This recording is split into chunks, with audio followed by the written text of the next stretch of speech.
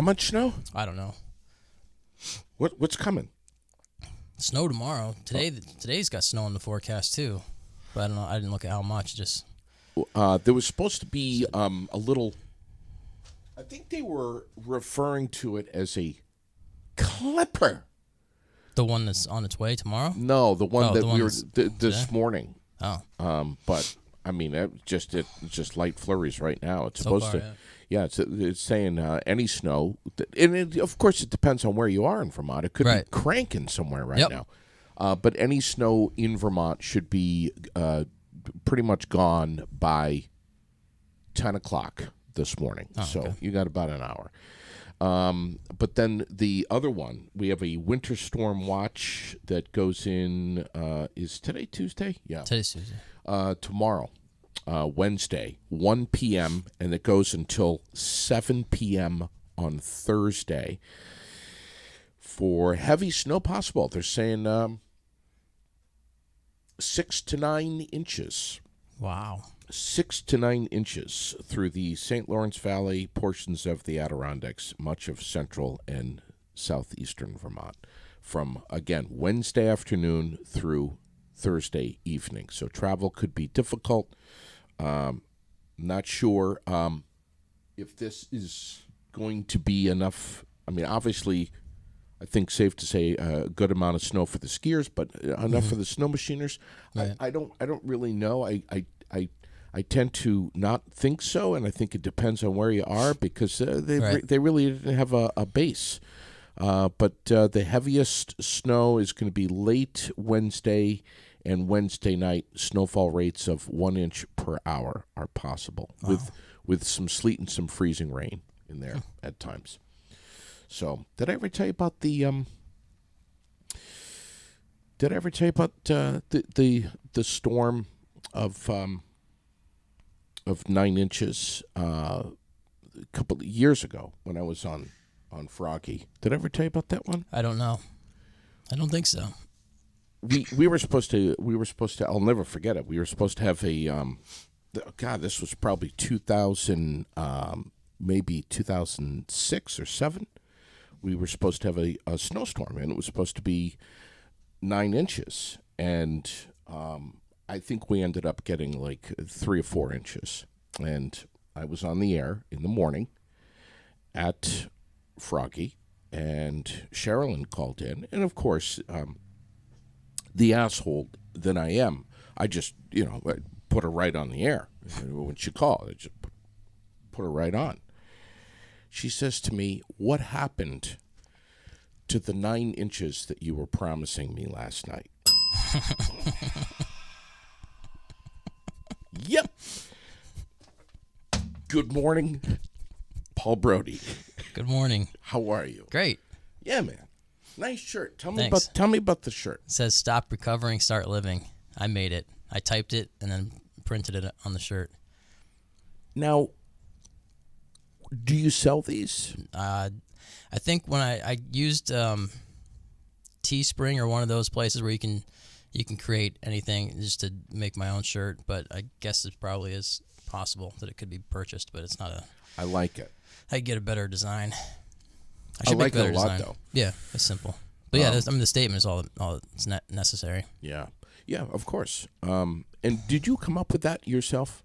I mean, it was my own. Like, it came to mind my own way, and then I was searching the internet for it to see if anybody else had ever used this phrasing, and there's a blog, addiction recovery blog from 2011 or 2012. It was like a post, though. It wasn't their whole theme or anything like that, so then I didn't feel like I was stepping on anybody's toes. Yeah.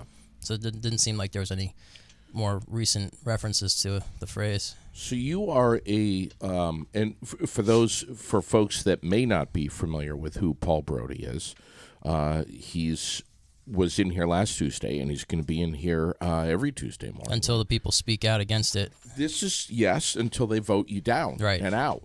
But the other side of that is if they vote me up, then you'll be in here only on Tuesdays, and I'll be here every day. So that's the vote. That's true. That's true.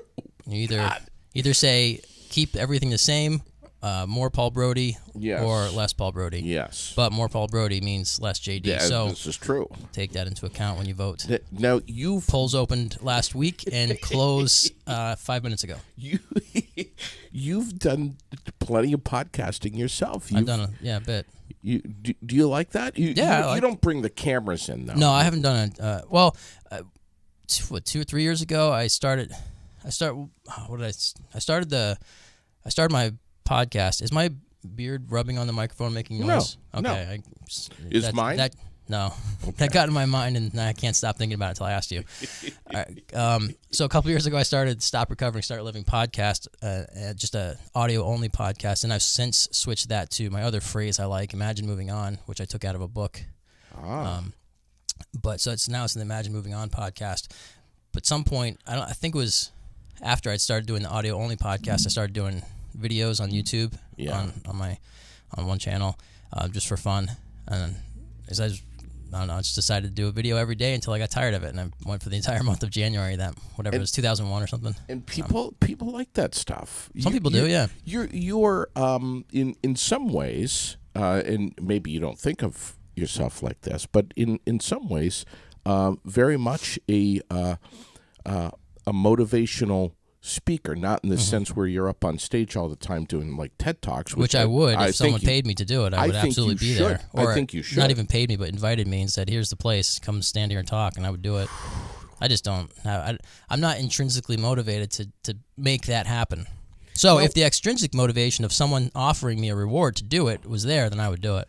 Now, extrinsic motivation is basically when you have a task that you do that you are essentially rewarded from directly, mostly financially. Rewarded or punished. Punished. On the basic level. So extrinsic, external, intrinsic, internal. So my podcasting has been intrinsically motivated. I do it because I find joy in it. It brings me joy to talk. To say what I think. Whether or not anybody's listening or cares, I like to talk. And so doing the podcast was fun for me, or making videos and all that. And the same thing I would do with my music. These things bring me joy. And so that's an intrinsic motivation. I do it because the reward comes from within me. And then extrinsic motivation is you're doing the thing to get money. I do my counseling business for both. It's intrinsic and extrinsic. I was going to ask you, can you kind of have I think so. A little bit of a hybrid? I'm not an expert on both. this topic, of course, but yeah, I think you can. Now, so I was listening to a podcast not too long ago, and they were going really deep into intrinsic motivation. And I started texting you right away. I'm like, oh my God, this is fantastic. You need to listen. It was The Hidden Brain. Yeah. Which I love, by the way. Big fan of. And I think you texted me back saying, oh yeah, I remember that stuff when I was it high school? I think I was 6, and I got my first college level psychology textbook. Your face is great. It's just general psychology. Yeah. College psychology, and then like Psych 101. What's the name of that book? That's like the book that psychologists. I can't think of the name of it. There's a book. There's like one book. Nobody told me about it. That anyone that gets into psychology in college, it's the book. Psych 101. I know there's a bunch of different publishers that make general psychology textbooks. Yeah. I don't know if there's one. But it was fascinating to learn about this, and obviously we have a lot more to learn about it. But reward, what and where the reward is and comes from is a huge part of this, and it's frankly fascinating. And there's been studies done about how long one will continue to be fully invested in their mind, in their heart, doing a task with compensation of reward in some way or another. And what happens? I mean, it's so interesting. I mean, we all know people that have accepted a job that's frankly well-paying or better paying than what they've come out from. And they go into this gangbusters and feel motivated and inspired to perform well, to do well, to do that task. They know all eyes are on them, being a new manager or what have you, your family members, your husband, your wife, your partner, watching, listening to how well you're doing in this new job. After a month or 2 or 3, or maybe even a little bit longer. 5? 6? Not 7. I'm doing Definitely not 7. That was The Office. Jim and Dwight. Did you see that one? No. Dwight's eating his survival food because it's about to expire. He's got all like the 25-year stuff, and so he brought it all into the office. He's got these number 10 cans all over the place, and he's eating like refried beans out of a number 10 can in the break room, and then they're talking about, he's explaining what this stuff is, and then I think that's the one. And then Jim starts saying something like, or Dwight says he can survive forever, and then Jim's like, how long? A month? Yeah. 2 months? And it just keeps going. And then the camera cuts before, the joke goes on. I have not seen that. It's pretty funny. But after a while, you start to maybe not consistently keep your edge as sharp as you did for the first couple of months. And why is that? I don't know. We get complacency. Probably you get comfortable with the reward. We get so comfortable. If it's an extrinsic motivator, so you take this job, it's not really what you're interested in, but you can do it and the pay is great, and so you say, it's going to be amazing to get paid this, and so then you get paid this, and a couple of paychecks into it, you're like, oh yeah, this is what I get paid. And so then it becomes part of your routine, and then it's not special anymore. And if it's not special anymore, you're still doing this job that you haven't settled into it where you really like it. Sure. You're just doing it, and so you think, well, my reward isn't good anymore. So the reward was up here, but now it's down here because you became complacent with it, and so you think, well, this isn't really worth my effort to do this job I don't like anymore, and so you kind of lose. That'd be my guess. Does it seem to you like more people are, I don't know. I mean, if you had to guess, would you say... Everything I do is guess, so this is it. Would you say, in your opinion, that you think that more people in this world are extrinsically motivated? I think the exact same number of people are intrinsically and extrinsically motivated on all the exact same number of things, because it's all dependent on the individual.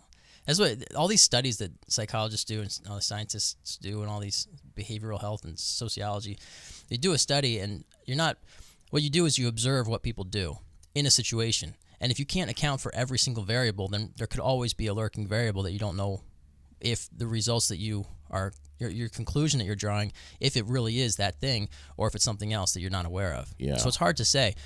And so then you look at you do this study, and you try to account for all the variables. You do a random assignment of participants in the study, which should give you something that's truly like representative of the population.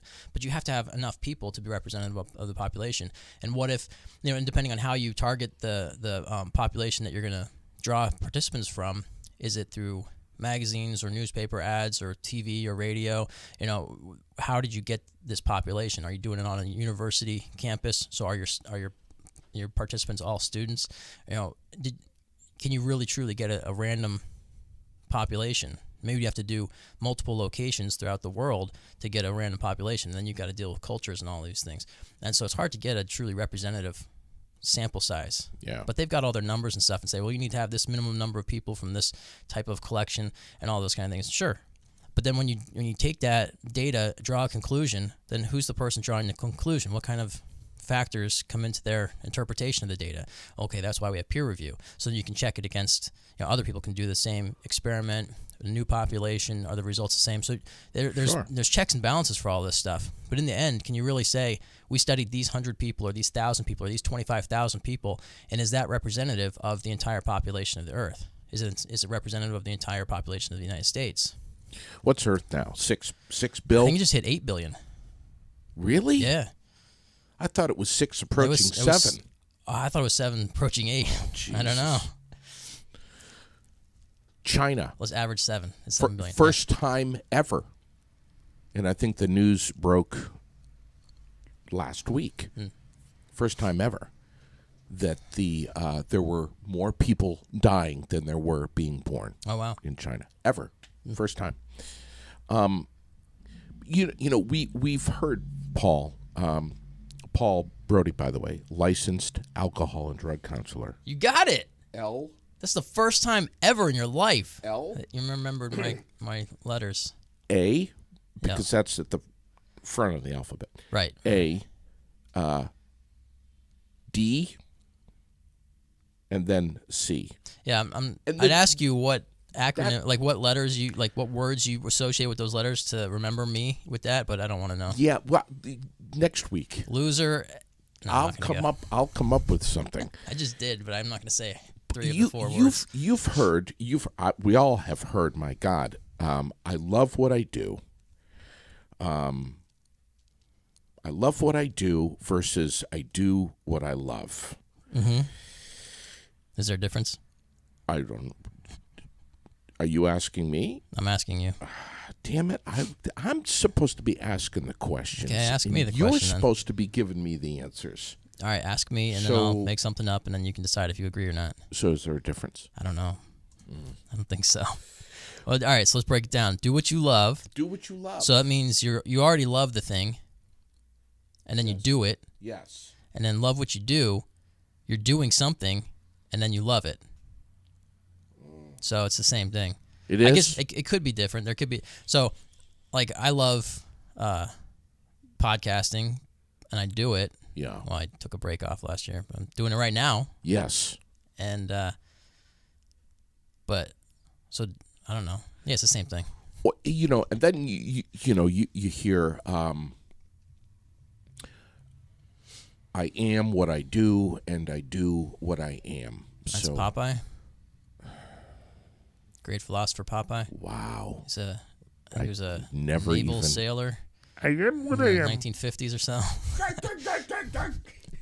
Was he pre-World War II or post-World War II? It's got to be pre. Yeah? Pre, I think. I forgot that is Popeye, isn't it? I am what I am, that's all that I am, or something like that. I'm Popeye the Sailor Man. Or I guess, what was it? Descartes said it? Or no, I think, therefore I am. Oh, yes, therefore I Descartes. am. Yes, I forgot. That's a little bit. I don't even know how to say his name. I've heard it so many different ways. Descartes is how it's written, but I've heard people say all kinds of things. Yeah. I think Descartes is the appropriate. But I don't know. My point that I'm trying to say is There's one? The people that are doing what they're designed to do based on their personality, their intrinsic motivation, but what they love, what comes from their soul, if they're able to do that for a living and earn a wage from it, it's probably pretty rare that someone completely ultimately loves what they do and they're filthy rich as a result. Maybe. I don't know. Maybe. Probably percentage-wise it's smaller, because if we all were doing the thing that we love the most, then that's the whole thing with Mike Rowe and his Dirty Jobs show. It's like somebody's got to do these jobs, and so he's crawling through sewers and cleaning out disgusting grease traps and doing all kinds of crazy jobs that are gross. But if they don't get done, then we don't eat chicken. Sure. That's what it comes down to. And if someone's not slaughtering like the chickens, we're not eating them either. Mm-hmm. Maybe there are people out there that genuinely love murdering chickens. Yeah, there might be. They might really love it. Chickens. Yeah, it's possible.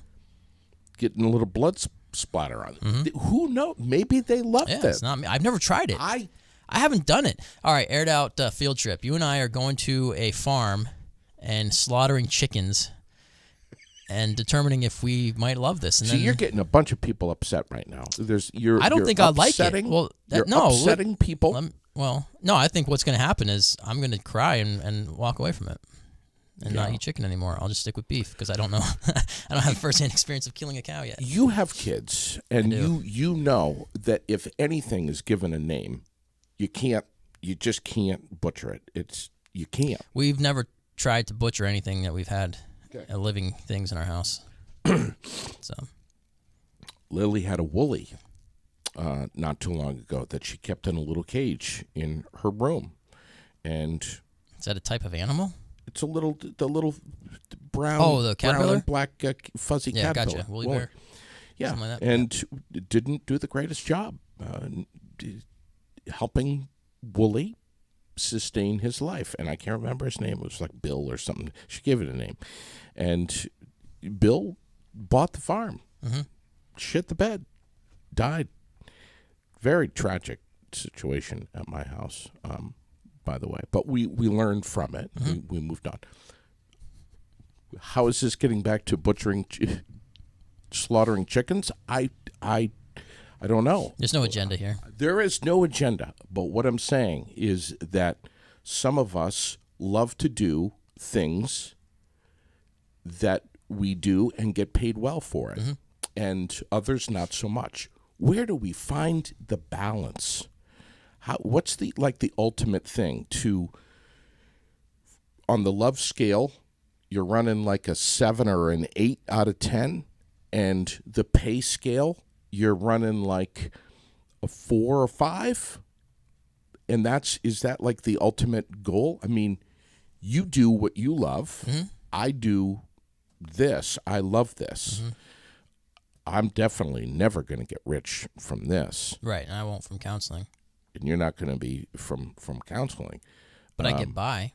But you that's great. You get by enough to provide for your family and be happy and not live in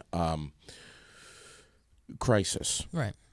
And a lot of that is the result of my perspective for me, because I have lived in crisis doing the same job. Yes. It's easy to get into crisis mode when you're sitting there and you've got 6 appointments scheduled in the day and nobody shows up. Yeah. And you, as you're going through the day, it's like, where's my next appointment? Oh, they're not coming in today, or just not there. You text them, oh, I forgot, or whatever happened, or people call and cancel. And so that's rough, because that's where, strictly speaking from the business perspective, if a person's not in my office with me, I don't earn money. That's the only way I have billable hours, and I get compensated for the time that I spend with the person. If someone doesn't show up, I don't get paid. So there's days where it's really difficult, and you look at it and say, well, if I don't have any appointments today, that now my daily average of appointments needs to increase dramatically to make up for today, so I can get to my quota for the end of the week and for the month and whatever, because I need this many sessions in a month that actually pay in order to cover my business expenses and my home expenses. Sure. And so there is a lot of stress, and so it took me years of dealing with that to let go of it. So this is the key. So for me, if whatever that balance is, my love of my job is a 9 out of 10, and my compensation is a 5 out of 10, or whatever it might be for you, to let go of all the expectations, let go of those scales, let go of rating these things, and just be in it. Do it. Yeah. It doesn't matter what you're doing. Find the joy in it. More of us need to do that, big time. By the way, the Vermont livable wage report just came out. I don't know if you heard, but it's now up to $15.33. So if you're not making $15.33 an hour on a 40-hour schedule, then you are most likely not living in comfortable means. So that comes out to like and 30, that's based on or something. Well, it's based on the average price of everything. What'd you and say, of course, $15.30? $15.33, and that's based on everything, the price of food, gas, owning a car, insurance. So it comes out to $31,800. Housing, everything. Yeah, right. That's not a lot of money. It's all relative, my man. Right, it is. I don't know how you. I mean, it's all relative. When I started, depends on where you are too. Right. Yep. And how big your family is and all the whatever. Right. I had a friend who was like, literally, screw this, I'm out of here. Tired of the snow, tired of the Vermont's so expensive. Goes down to Florida. Now he's bitching and complaining that it's too fucking hot down there to ride his motorcycle during the summer. It's tough. Intrinsic motivation refers to actions that are driven by internal rewards. The motivation to engage in a behavior arises from within because of the inherent satisfaction of the activity rather than the desire for a reward or specific outcome. I think also punishment's a big part of this too. So Yes. it's the desire, the desired reward or the undesired punishment. There can also be punishments that are extrinsic motivators. You Not and I, a great motivator, but it can be. I mean, why do you pay taxes? That's an extrinsic motivation. I really don't see the value in a lot of the taxes that we pay. You see the money getting flitted away through Congress to all kinds of things that don't seem responsible or necessary. Definitely not something that I would put my money towards when all these other things that I would put my money towards are not being addressed. And so why do I pay taxes? I don't agree with the way they're spending my money, or Right. It's my contribution to America, but I don't agree with the way that the representatives, the so-called selected representatives, are spending this money. I don't agree with it. So why do I keep paying it? I pay it because if I don't, then they're going to come after your ass. They're going to keep on punishments. And so to avoid those punishments, I do the behavior. And so if there was, I think the income tax law was originally written, says by voluntary consent. Voluntary consent would be better. That would be using intrinsic motivation.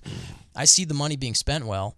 I want to contribute to that. Yeah. I want to have public schools. I don't know about me, but I see there can be value there. But I want roads. Okay, if that's what we're going to spend tax money on, let's do it. Let's have proper roads and all that kind of stuff, or certain emergency services and stuff like that, and some kind of town management and those kind of things. So there's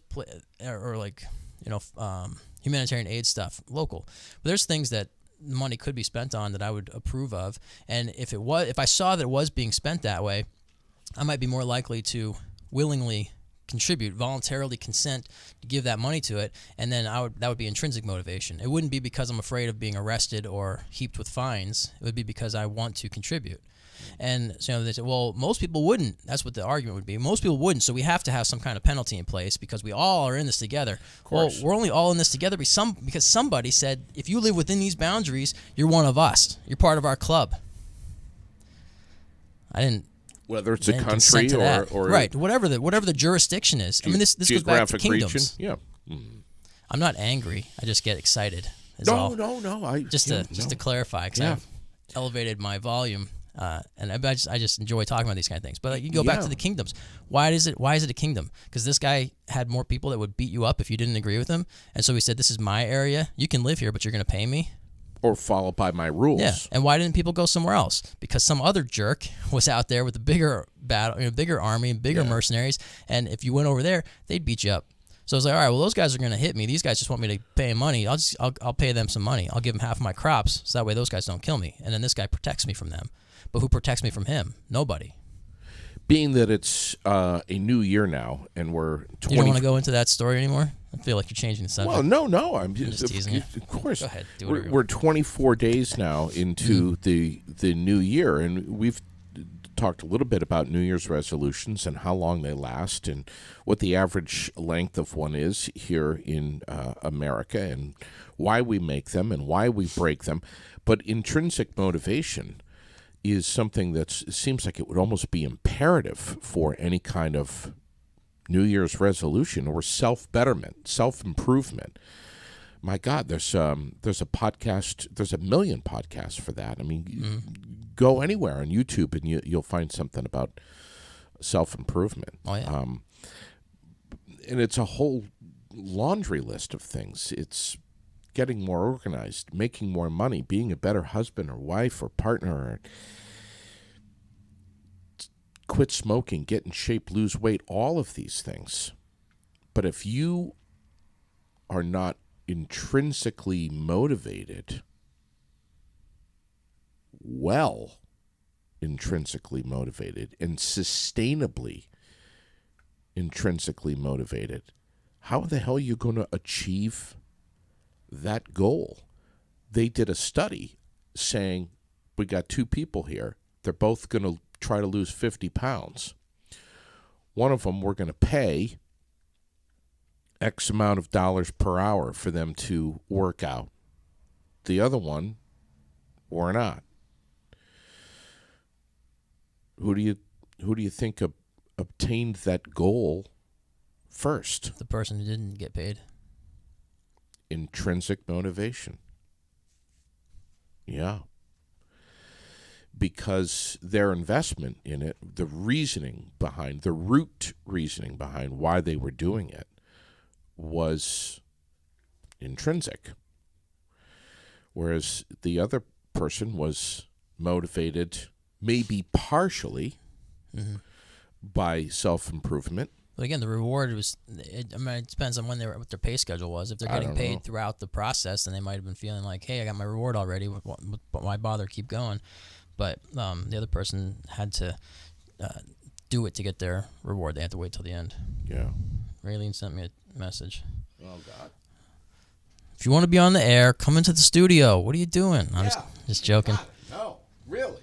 Is this something that we should talk about right now? Well, I mean, we can. She's threatening that if she were here, she'd be This shooting is with a interesting. Nerf Okay. gun right now. So the shopping